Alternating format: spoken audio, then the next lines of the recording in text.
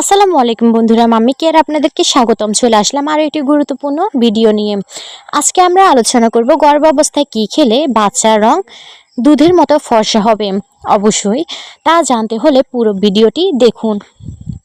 আজকে আপনাদের সাথে তিনটি খাবারের পরিচয় করিয়ে দেব, যে তিনটি খাবার খেলে আপনার অনাগত বাচ্চার গায়ের রং হবে দুধের মতো ফর্সা। বাচ্চা সুস্বাস্থ্যের অধিকারী হোক তা সকলেই চেয়ে থাকেন। এই কারণে গর্ভাবস্থায় খেয়ে থাকেন নানা ফল। এই কারণে গর্ভাবস্থায় থেকে নানা পদ্ধতি অনুসরণ করে থাকেন অনেকেই।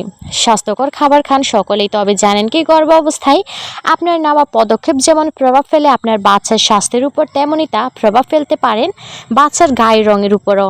এবার গর্ভাবস্থায় খান এই 7টি খাবার, তাই আপনার বাচ্চার গায়ের রং হবে দুধের মতো ফর্সা। দুধ খান নিয়ম করে।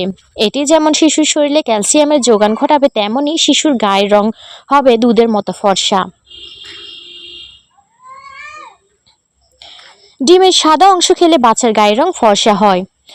গর্ভবতী মহিলারা সবসময় ডিমের সাদা অংশ খান, এতে বাচ্চার শরীরে পুষ্টি যোগান ঘটাবে, তেমনই শিশুর ব্রেনের বিকাশ ঘটাবে। কমলা লেবু খাওয়া সব সময় উপকারী। কমলা লেবু খেলে বাচ্চার ত্বকের উন্নতি হয়, এতে আছে ভিটামিন সি, যা শিশুর গঠনের অপরিহার্য। মেনে চলুন এই বিশেষ টিপস।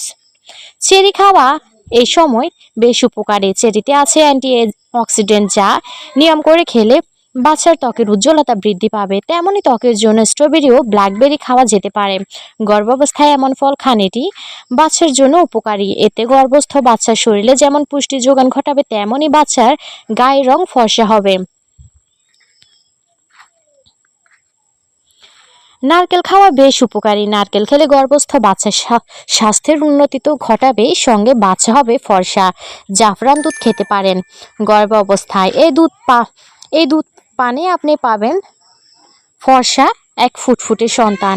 তেমনই টমেটোতেও আছে লাইকোফেন, যা আপনার স্বাস্থ্যের উন্নতি ঘটাবে, সঙ্গে বাচ্চা ফর্সা হবে এমনই খাবারের গুণে।